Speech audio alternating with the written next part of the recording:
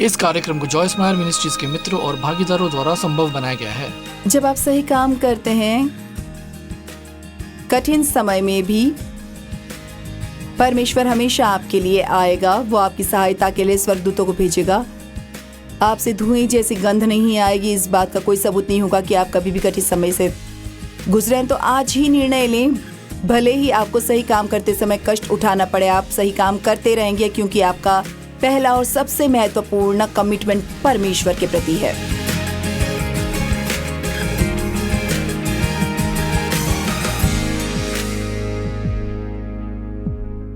आनंद ले प्रतिदिन के जीवन का में आज हमारे साथ जुड़ने के लिए आपका धन्यवाद, जहां मैं परमेश्वर का वचन सिखाती हूँ। और मेरा मानना है कि आपका जीवन और मेरा जीवन वचन से बदल गया है, क्योंकि इसमें शक्ति है। यीशु वचन है जो देहधारी हुआ और हमारे बीच डेरा किया। और परमेश्वर का वचन हमें निर्देश देता है कि हमें अपना जीवन कैसे जीना चाहिए, और यदि हम इसका पालन करते हैं और इसको मानते हैं तो हमारा जीवन बहुत अच्छा होगा। जरूरी नहीं कि एक परेशानी मुक्त जीवन हो, लेकिन यीशु ने कहा था वो हमें कभी छोड़ेगा नहीं, कभी त्यागेगा नहीं। तो हमारी समस्याओं के बीच भी वो अभी भी हमारी मदद करने के लिए मौजूद है। कल मैंने एक शिक्षण शुरू किया जिसे मैं आज भी जारी रख रही हूँ, जिसका नाम है निर्णय आपका है। और इस बारे में बात की कि निर्णय कितने महत्वपूर्ण हैं, कि हमारे जीवन में ऐसे समय आते हैं जब ऐसी चीजें होती हैं जो हम नहीं चाहते हैं कि हों। हम चाहते हैं कि ऐसा नहीं हुआ होता, इससे अच्छा नहीं लगता। वे कठिन चीजें हैं और उस समय के दौरान हम जो निर्णय लेते हैं वे संभवतः हमारे द्वारा लिए गए सबसे महत्वपूर्ण निर्णयों में से एक हैं। और हम डैनियल को देख रहे हैं, एक ऐसा व्यक्ति जिसके बारे में हमने बाइबल में पढ़ा है, जिसने बहुत कठिन परिस्थितियों में सही विकल्प चुना और इससे उसे कितना फायदा हुआ। और परमेश्वर ने वास्तव में उसे लीडरशिप के एक बहुत ऊंचे स्थान पर प्रमोट किया। आप और मैं आज जो निर्णय लेते हैं वे कल पर प्रभाव डालते हैं, और कुछ निर्णय तो आपके पूरे जीवन पर प्रभाव डाल सकते हैं। अब मैंने कल अपनी बात समाप्त की जब मैं इस बारे में बात कर रही थी कि बाइबल अंधेरी जगहों के बारे में क्या कहती है। और अंधेरी जगह वास्तव में कठिन समय के समान हैं। वे ऐसे समय होते हैं जब हमें समझ नहीं आता कि क्या हो रहा है, हमें कोई रास्ता नजर नहीं आता, हम समझ नहीं पाते कि ये सब क्या हो रहा है। लेकिन बाइबल कहती है कि जो मैं तुमसे कहता हूँ, मत्ती 10:27, जो मैं तुमसे अंधियारे में कहता हूँ वही तुम दिन के उजाले में कहो। और वास्तव में मैं यही कर रही हूँ। जो चीजें मैंने सीखी हैं मेरे जीवन के कठिन समय में, और मैंने परमेश्वर के विश्वास योग्यता को देखा है, मैंने चिंता न करने की सीख का महत्व देखा है, मैं उन चीजों को आपके साथ बांट रही हूँ। लेकिन मैं अपने अनुभव से बांट रही हूँ। और इसलिए जब कोई आपके साथ अपने जीवन से जुड़ी चीजें बांटता है, न कि सिर्फ कुछ जिसके बारे में उन्होंने किताब में पढ़ा है, तो ये शक्तिशाली हो जाता है। और फिर यशायाह 45:2 और 3 अंधेरे का धन के बारे में बात करता है। तो ये एक दिलचस्प विचार है कि इन कठिन अंधेरी जगहों में भी बाहर निकलने के लिए खजाने, और मैं ऐसे किसी व्यक्ति को नहीं जानती जिसे खजाना पसंद न हो। और फिर कभी कभी हमें आश्चर्य होता है, खैर अच्छे लोगों को समस्याएं क्यों होती हैं? यदि आप जो कर रहे हैं वो सही है, तो क्या आप उन समस्याओं से बचोगे नहीं और हर समय आशीषित रहोगे? ठीक है, यशायाह 50:10 कहता है, तुम में से कौन प्रभु का भय मानता है और उसके दास की बात मानता है? तो आप परमेश्वर से डरते नहीं हैं, लेकिन आपके अंदर परमेश्वर के प्रति आदरपूर्ण भय और विस्मय है। आप उसका आदर करते हैं, आप उसके वचन पर विश्वास करते हैं, आपको विश्वास है कि वो जो कहता है वो पूरा होगा। खैर, मैं उस तरह के लोगों में से एक हूं, और मुझे विश्वास है कि आप में से कई लोग ऐसे ही हैं। और मेरे सेवक की बात मानता है तो मुझे ऐसा लगता है जैसे कोई व्यक्ति सही काम कर रहा है, उनमें परमेश्वर का आदरपूर्ण भय है और वे उसकी आज्ञाकारिता में चल रहे हैं, लेकिन फिर भी वे अंधकार में चलते हैं और उनके पास कोई प्रकाश नहीं है। तुम में से कौन प्रभु का भय मानता और उनके सेवक की बात सुनता है, जो अंधेरे में चलता और जिसके पास प्रकाश नहीं, वो प्रभु के नाम में भरोसा रखे और अपने परमेश्वर पर भरोसा रखे। तो आप एक अच्छे इंसान हो सकते हैं, आप सब कुछ सही कर रहे हैं, फिर भी एक समस्या आती है जिसकी आप उम्मीद नहीं कर रहे हैं। ये आपके लिए एक बहुत दर्दनाक हो सकता है, ये किसी अन्य व्यक्ति के माध्यम से काम करने वाला शत्रु हो सकता है जो आपको निराश करता है या आपको चोट पहुंचाता है। ये किसी प्रकार की प्राकृतिक आपदा हो सकती है जो आपके जीने के तरीके को प्रभावित करती है। जैसा मैंने कल कहा, एक तूफान आता है, आपके घर की छत उड़ जाती है, लेकिन उस समय में हमें ये निर्धारित करने की ज़रूरत है, जैसे डैनियल ने किया था, कि हम परमेश्वर के प्रति अपने कमिटमेंट्स को पूरा न करके अपने आप को अपवित्र करें। वो मनुष्य प्रभु पर भरोसा रखें, उस पर विश्वास करें और उस पर भरोसा रखें। अब बाइबल धार्मिकता के लिए कष्ट सहने की बात करती है। खैर, कोई भी पीड़ा के बारे में बात करना पसंद नहीं करता है, लेकिन ये एक ऐसा शब्द है जिसका उपयोग बाइबल में थोड़ा ज्यादा किया गया है। और अगर हम उन चीजों से बचने की कोशिश करते हैं जिन्हें हम सुनना पसंद नहीं करते हैं, तो हम मूर्ख बन रहे हैं, क्योंकि अगर हम उनके बारे में नहीं सीखते हैं तो जब हम उनका अनुभव करेंगे तो वे अधिक कठिन हो जाएंगे। अगर हमने ध्यान नहीं दिया तो एक बार फिर डैनियल के पास वापस आते हैं। डैनियल अध्याय 3 वचन 6 और फिर 14-18। अब राजा नबूकदनेस्सर ने एक आदेश का कानून पास किया कि जो कोई गिरकर उसकी बनाई हुई सुनहरी मूर्ति की पूजा नहीं करेगा, उसे धधकते हुए आग के भट्टे में फेंक दिया जाएगा। और ये सुनहरी मूर्ति, याद रखे, सोने से बनी थी, इसलिए मुझे लगता है कि उसे पैसों की कोई समस्या नहीं थी। 90 फीट ऊंची और 9 फीट चौड़ी थी। वो एक बड़ी मूर्ति है। और नबूकदनेस्सर ने उससे कहा, क्या ये सच है? शद्रक, मेशक और अबेदनगो, डैनियल के 3 दोस्तों को याद करें जिन्हें उसके साथ राजा के दरबार में ले जाया गया था, जहां वे नहीं जाना चाहते थे, लेकिन राजा ने उन्हें बंदी बनाया और उन्हें अपने दरबार में लाकर अपनी सेवा करने का प्रशिक्षण दे रहा था। और उसने कहा, अब जब तुम नरसिंगे, बांसुरी, सारंगी, वीणा, सितार, शहनाई और सब प्रकार के संगीत की ध्वनि सुनते हो, तो यदि तुम गिरकर मेरी बनाई हुई मूर्ति की पूजा करने के लिए तैयार हो, अच्छा है, लेकिन यदि तुम इसकी पूजा नहीं करोगे तो तुम्हें तुरंत धधकती भट्टी में फेंक दिया जाएगा। फिर कौन ईश्वर तुम्हें मेरे हाथ से बचा सकेगा? और शद्रक, मेशक और अबेदनगो ने उसे उत्तर दिया, और मुझे ये पसंद है, राजा नबूकदनेस्सर, हमें इस मामले पर आपके सामने अपना बचाव करने की आवश्यकता नहीं है। यदि हमें धधकती भट्टी में फेंक दिया जाता है तो जिस परमेश्वर की हम सेवा करते हैं वो हमें इससे बचाने में सक्षम है, और वो हमें तुम्हारे हाथों से भी बचाएगा। लेकिन ये बहुत शक्तिशाली है। भले ही वो ऐसा ना करें, हम चाहते हैं कि आप जाने, महामहिम, कि हम आपके देवताओं की सेवा नहीं करेंगे या आपके द्वारा स्थापित सोने की मूर्ति की पूजा नहीं करेंगे। वाह, मैं ताली बजाना चाहती हूँ और इस विश्वास को कायम रखती हूँ कि आप घर पर ताली बजा रहे हैं, वो बहुत शक्तिशाली है। उन्होंने कहा, देखो, हमें विश्वास है कि परमेश्वर हमें बचा सकता है, हम उनके हाथों में हैं, लेकिन अगर वो ऐसा नहीं करता है तब भी हम आपकी सेवा नहीं करेंगे। खैर, आप जानते, ईमानदारी से कहें तो शैतान को ये बिल्कुल नहीं पता है कि उसे किसी ऐसे व्यक्ति के साथ क्या करना है जो परमेश्वर के प्रति इतना समर्पित है। और मैं आपको कुछ बता दूं, ईमानदारी से कहूं तो हम सभी को ये सब कुछ नहीं मिलता जो हम प्राप्त करना चाहते हैं जबकि हम यहाँ पृथ्वी पर हैं, लेकिन जो कुछ भी आपके लिए बाकी है छुटकारा पाने के लिए, जिस क्षण आप इस दायरे से बाहर निकलकर स्वर्ग में चले जाएंगे, वहाँ कोई और दर्द नहीं, कोई रोना नहीं, कोई आंसू नहीं और कोई समस्या नहीं, कोई और अंधेरी जगह नहीं। और इसलिए हम परमेश्वर पर भरोसा करते हैं। और यीशु ने कहा, जब मैं लौटूंगा तो क्या मैं विश्वास पाऊंगा? इसलिए हम अंत तक विश्वास में बने रहते हैं, ये विश्वास करते हुए कि परमेश्वर भला है और वो हमें सफलता देगा। हम मसीह के द्वारा जयवंत से भी बढ़कर हैं और हमसे प्रेम करता है।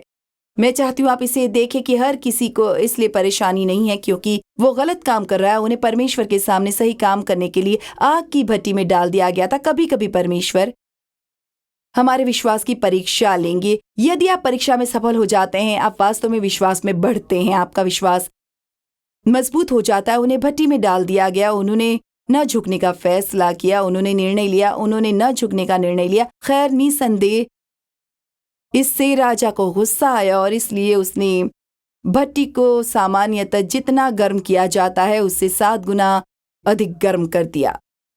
तब नबूकदनेस्सर दानियेल 3:19 शद्रक, मेशक और अबेदनगो पर क्रोधित था और उनके प्रति उसका रवैया बदल गया और उसने भट्टी को सामान्य से 7 गुना अधिक गर्म करने का आदेश दिया। और मुझे ये पसंद है, वे बंधे हुए थे और वे खुले हुए बाहर आए। अब आप यहाँ 1 मिनट में देखेंगे कि मेरा इससे क्या तात्पर्य है। कई बार हमारे जीवन में कोई समस्या, कोई लत, कोई मुद्दा, कोई बुरी आदत होती है, कुछ ऐसा होता है जिससे हम मुक्त होने की कोशिश कर रहे होते हैं और हम इन अंधेरी जगहों या आग की भट्टी में चले जाते, कुछ ऐसा जो हमें परेशान करता है। और जब हम उन स्थानों पर पहुंचते हैं तो हम परमेश्वर के और करीब आ जाते हैं। हम पहले की तुलना में अधिक गहराई तक खोदते हैं और परमेश्वर के साथ अधिक गहरे रिश्ते की ओर बढ़ते हैं। हम परमेश्वर को पहले की तुलना में अधिक पुकारने लगते हैं। ये आश्चर्यजनक है कि हम परमेश्वर के लिए कितना समय निकाल लेते हैं जब ऐसी समस्याएं होती हैं, लेकिन तब नहीं निकाल पाते जब चीजें अच्छी होती हैं। और इसलिए उसने कहा कि वे बंधे हुए थे। राजा ने उन्हें रस्सियों से बांध दिया। जब वे भट्टी में गए तो वे बंधे हुए थे। लेकिन सुनो ये क्या कहता है, दानियेल 3:20-30 और उसने सेना के कुछ सबसे मजबूत सैनिकों को शद्रक, मेशक और अबेदनगो को बांधने और उन्हें धधकते भट्टे में फेंकने का आदेश दिया। इसलिए अपने लबादे, पतलून, पगड़ी और अन्य कपड़े पहने हुए इन लोगों को बांध दिया गया और धधकती भट्टी में फेंक दिया गया। अपनी कल्पना का उपयोग करें। राजा का आदेश इतना अति आवश्यक था और भट्टी इतनी गर्म थी कि आग की लपटों ने उन सैनिकों को मार डाला जिन्होंने शद्रक, मेशक और अबेदनगो को भट्टी में डाला था। फिर ये लोग मजबूती से इन रस्सियों से बंधे हुए थे और धधकती आग की भट्टी में डाले गए। शद्रक, मेशक और अबेदनगो भट्टी में गिर गए। तब राजा नबूकदनेस्सर आश्चर्यचकित होकर अपने पैरों पर खड़ा हो गया और अपने सलाहकारों से पूछा, क्या हम 3 लोगों को बांधकर आग में नहीं डाल रहे थे? और उन्हें उत्तर दिया, निश्चित रूप से महामहिम, 3 आदमी। और उसने कहा, ठीक है, देखो मैं 4 लोगों को आग के बीच बिना किसी बंधन के और बिना किसी नुकसान के घूमते हुए देख रहा हूं, और चौथा परमेश्वर के पुत्र की तरह दिखता है। तो सोचें कि शद्रक, मेशक और अबेदनगो के साथ भट्टी में कौन था? यीशु। और वो हमेशा हमारी समस्याओं में शामिल होते हैं। हम उसे अपनी आंखों से नहीं देख सकते, जैसे नबूकदनेस्सर को इस स्थिति में उन्हें देखने की अनुमति थी, परंतु उसने कहा, मैं तुझे न तो कभी छोड़ूंगा और न त्यागूंगा। और जब आप परेशानी में होते हैं, जब आप अपने जीवन में एक अंधेरी जगह पर होते हैं, तो कभी कभी आपके सभी दोस्त भी आपको छोड़ देते हैं, लेकिन यीशु आपको कभी नहीं छोड़ेंगे। और इससे कोई फर्क नहीं पड़ता आप किस चीज से गुजर रहे हैं, आप कितना अकेलापन महसूस करते हैं। मैं चाहती हूँ कि आप खुद से कहें, परमेश्वर मेरे साथ है। वो केवल आपके साथ नहीं है। यदि आप दोबारा जन्मे, यदि आप हैं, यदि आपने अपना जीवन मसीह की ओर मोड़ दिया है, वो आप में रहता है। मैं पिछले वीकेंड प्रचार कर रही थी और मैंने लोगों से बस 30 सेकंड का समय लिया और अपनी आंखें बंद कर ली और बार बार सोचा, परमेश्वर मुझ में रहता है, परमेश्वर मुझ में रहता है। और मैं आपको आज कार्यक्रम समाप्त होने से ऐसा करने के लिए प्रोत्साहित करूंगी। कभी कभी हम ये बात सुनते हैं और वे बस हमारे दिमाग में ऊपर जाती है, लेकिन वचन की सच्चाई क्या कहती है, इस पर थोड़ा सा मनन करने से वास्तव में हमारे जीवन में बहुत बड़ा अंतर आ सकता है। तो उन्होंने वही किया जो सही था। उन्होंने कहा, कोई फर्क नहीं पड़ता कि आप हमारे साथ क्या करते हैं, हम परमेश्वर के पीछे चलेंगे। उन्हें इसके लिए दंडित किया गया। उन्हें ऐसी भट्टी में फेंक दिया गया जो सामान्यता से 7 गुना अधिक गर्म थी। इतनी गर्म थी, इसने उन लोगों को मार डाला जिन्होंने उन्हें वहां फेंका था। और फिर भी जब राजा ने देखा तो वहां 4 आदमी थे और शद्रक, मेशक और अबेदनगो का बंधन खुल गया था। तब नबूकदनेस्सर धधकती भट्टी के द्वारा के पास पहुंचा और चिल्लाया, शद्रक, मेशक और अबेदनगो, परम प्रधान परमेश्वर के सेवकों, बाहर आओ और यहाँ आओ। तब शद्रक, मेशक और अबेदनगो आग से बाहर आए और शपत्रों, हाकिमों, अधिकारियों और राजकीय सलाहकारों ने उनके चारों ओर भीड़ लगा दी। और उन्होंने देखा, मुझे ये पसंद है, आग ने उनके शरीर को कोई नुकसान नहीं पहुंचाया था, ना ही उनके सिर का एक बाल भी झुलसा था। उनके कपड़े नहीं झुलसे थे, ना ही उनमें धुएं जैसी गंध आ रही थी। मुझे वो पसंद है।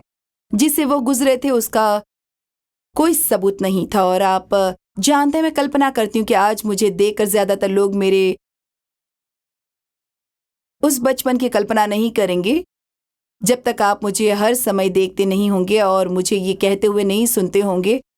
आप कल्पना नहीं करेंगे कि मेरे पहले पति ने मुझे बार बार धोखा दिया और मुझे छोड़ दिया। मुझे 2 अलग अलग समय में दूसरे राज्य में छोड़ दिया और मैं जवान हूँ, 18 साल की लड़की हूँ। आप कल्पना नहीं करेंगे कि मेरे अपने पिता ने कई कई कई वर्षों तक मेरा यौन शोषण किया। आप कल्पना नहीं करेंगे कि मुझे एक समय स्तन कैंसर हुआ था। आप जानते हैं क्यों? क्योंकि जब आप परमेश्वर को अपनी समस्याओं का समाधान करने देते हैं तो आप उनमें से दूसरी तरफ विजयी होकर निकलते हैं और आप में धुएं जैसी गंध भी नहीं आती। आप से कुछ लोग गलती कर रहे हैं। आप सोचते हैं कि आप अपने अतीत से उबर नहीं सकते। आप सोचते हैं कि आपको हमेशा 2 दर्जे का जीवन जीना होगा क्योंकि आपका अतीत बुरा था, या आपने अतीत में बहुत सारी गलतियां की, या आपके साथ अतीत में बहुत सारी बुरी चीजें घटित हुई। लेकिन आप उन सभी चीजों को परमेश्वर के हवाले कर दे और मैं आपको बताती हूँ, आप इससे बाहर आ सकते हैं और आपसे धुएं जैसी गंध भी नहीं आएगी। आप इतना महान जीवन जी सकते हैं कि किसी ने कभी कल्पना भी नहीं की होगी कि आपके अतीत में कैसा रहा होगा। लेकिन आपको उन अंधेरी जगहों से खजाना मिलता है और वे आपको अन्य लोगों की मदद करने में सक्षम बनाते हैं। मुझे ये कहानी बहुत पसंद है, बहुत बहुत बहुत। अब ये देखें, इसलिए राजा कहता है, ठीक है, सबसे पहले इसका बाकी भाग पढ़ते हैं। नबूकदनेस्सर ने कहा, शद्रक, मेशक और अबेदनगो के परमेश्वर की स्तुति हो। तो ये बहुत अच्छा है। अब हमें मूर्ति पूजन राजा मिल गया है जो वास्तविक परमेश्वर की स्तुति कर रहा है, जिसने अपना दूध भेजकर अपने सेवकों को बचाया। उन्होंने उस पर भरोसा किया और राजा की आज्ञा का उल्लंघन किया और वे अपने परमेश्वर को छोड़कर किसी भी ईश्वर की सेवा या आराधना करने की बजाय अपना जीवन त्यागने को तैयार थे। वाह, अपनी दुनिया में फिर से उस तरह का कमिटमेंट चाहिए। इसीलिए मैं आदेश देता हूं कि किसी भी राष्ट्र या भाषा के लोग जो शद्रक, मेशक और अबेदनगो के परमेश्वर के खिलाफ कुछ भी कहते हैं, मैं आदेश देता हूं कि उन्हें टुकड़ों में काट दिया जाए और उनके घरों को मलबे के ढेर में बदल दिया जाए, क्योंकि कोई अन्य ईश्वर ऐसा नहीं कर सकता जो इस तरह से बचाए। अब मुझे सुनो। तब राजा ने शद्रक, मेशक और अबेदनगो का पद ऊंचा किया। आप जानते, जब आप अंधेरे में बैठे होते हैं और परमेश्वर पर अपना भरोसा रखते हैं, जब आप अपनी समस्याओं के बीच में होते हैं और आप परमेश्वर पर अपना भरोसा बनाए रखते हैं, चाहे कितनी भी बुरी स्थिति क्यों ना हो, आप कहते रहते हैं, परमेश्वर, मुझे आप पर भरोसा है, मुझे विश्वास है कि आप इससे भलाई ही निकालेंगे। मैं आपको कुछ बताती हूँ, आप इस बारे में चिंता करना बंद करने की लोग क्या सोचते हैं, आपको एहसास है कि लोग क्या सोचते हैं, इसके बारे में चिंता करते हुए अपना जीवन बिताना कितना तुच्छ है। आपके पास इससे कुछ बड़ा है निपटने के लिए। आप उन छोटी छोटी चीजों के बारे में चिंता करना छोड़ दें जो वास्तव में आप जिन चीजों से गुजर रहे हैं उनकी तुलना में उतना अंतर नहीं पैदा करती हैं। आप ऐसे समय में चीजें सीखते हैं। हमें इसकी परवाह है कि लोग क्या सोचते हैं जब तक कि हमारे सामने कोई वास्तविक समस्या ना आ जाए। बाइबल कहती है धार्मिकता के लिए कष्ट सहना सही है, लेकिन यह भी कहती है कि सुनिश्चित करें कि आप गलत करके कष्ट ना उठाएं। 1 पतरस 2:19-21, क्योंकि ये प्रशंसनीय है यदि कोई अन्यायपूर्ण क्लेश का दर्द सहता है, क्योंकि वो परमेश्वर के प्रति सचेत है। अब रुको। आप जानते हैं, पहली बार जब मैंने इसे 45 साल पहले पढ़ा था तो मैंने सोचा था, मुझे पता नहीं, मुझे ये पसंद है। अगर मैं सही काम करने के लिए क्लेश सहता हूं तो ये अच्छा क्यों है? लेकिन अगर आपको गलत काम करके घूसे मिलते हैं, आप उसे सहते हैं, तो इसमें क्या बढ़ाई?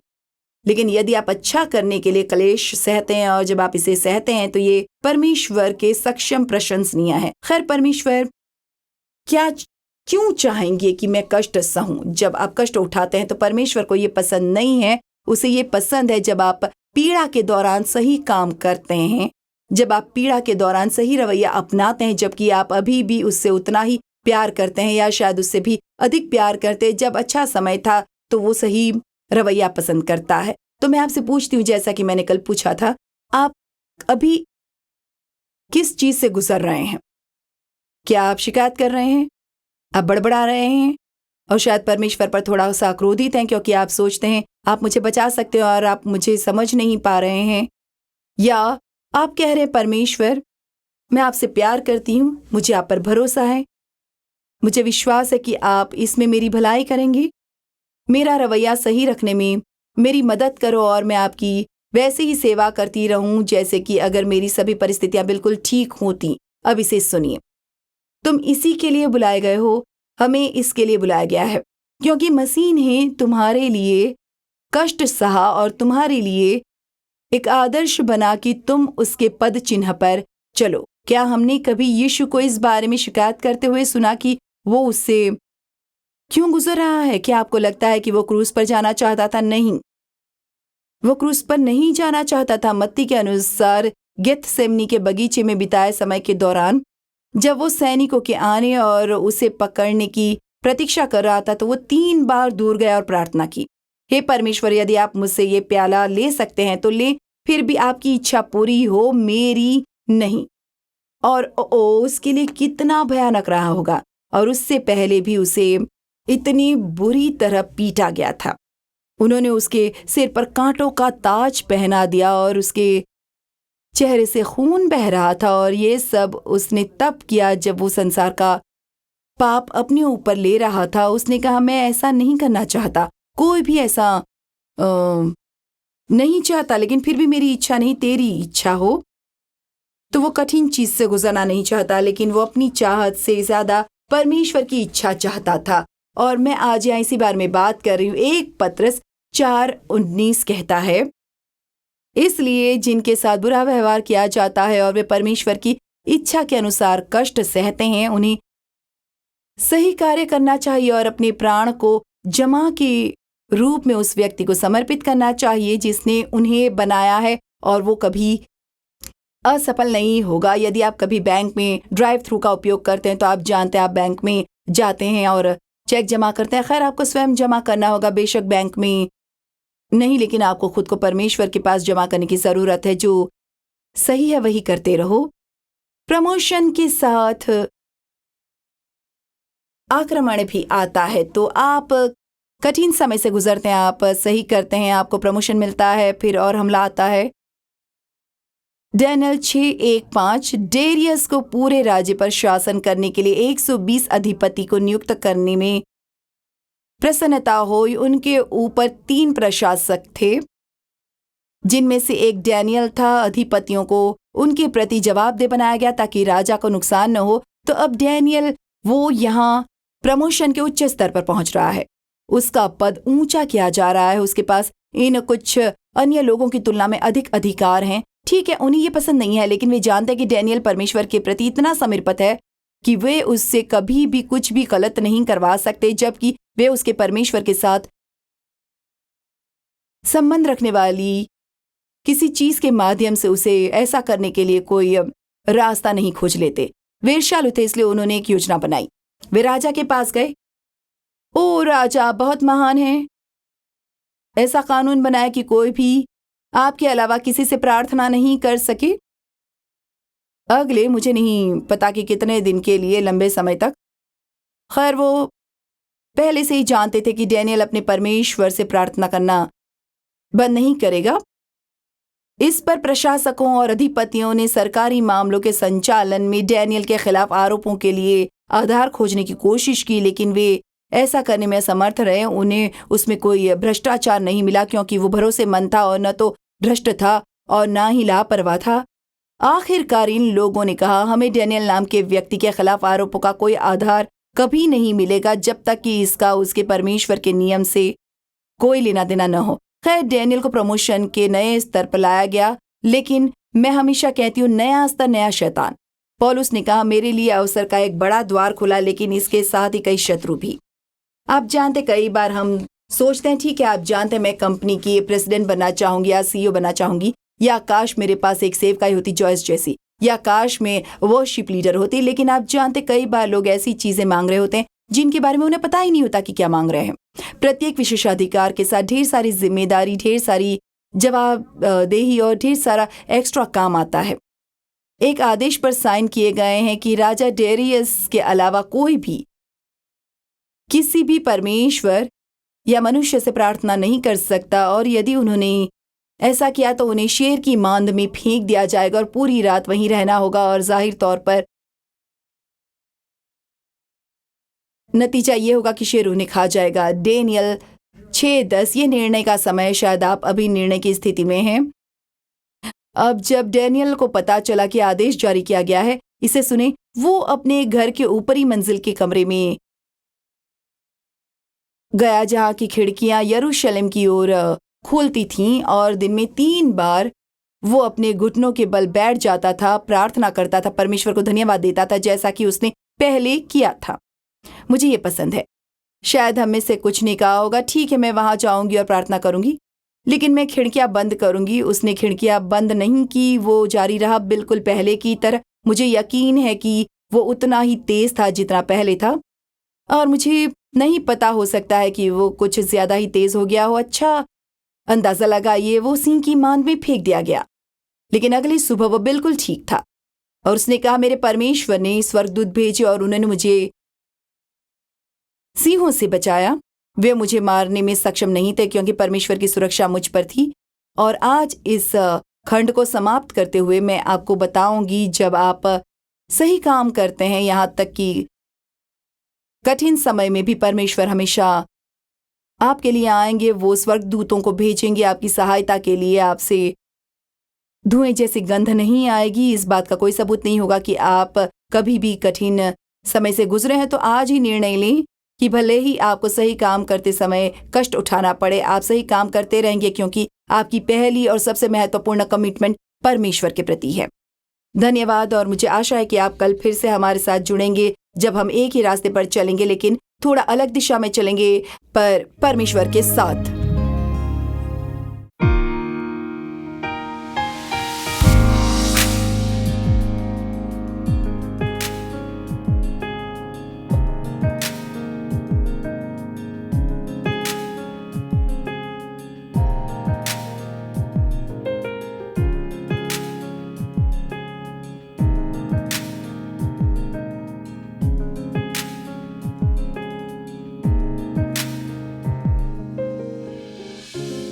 इस कार्यक्रम को जॉयस मायर मिनिस्ट्रीज के मित्रों और भागीदारों द्वारा संभव बनाया गया है।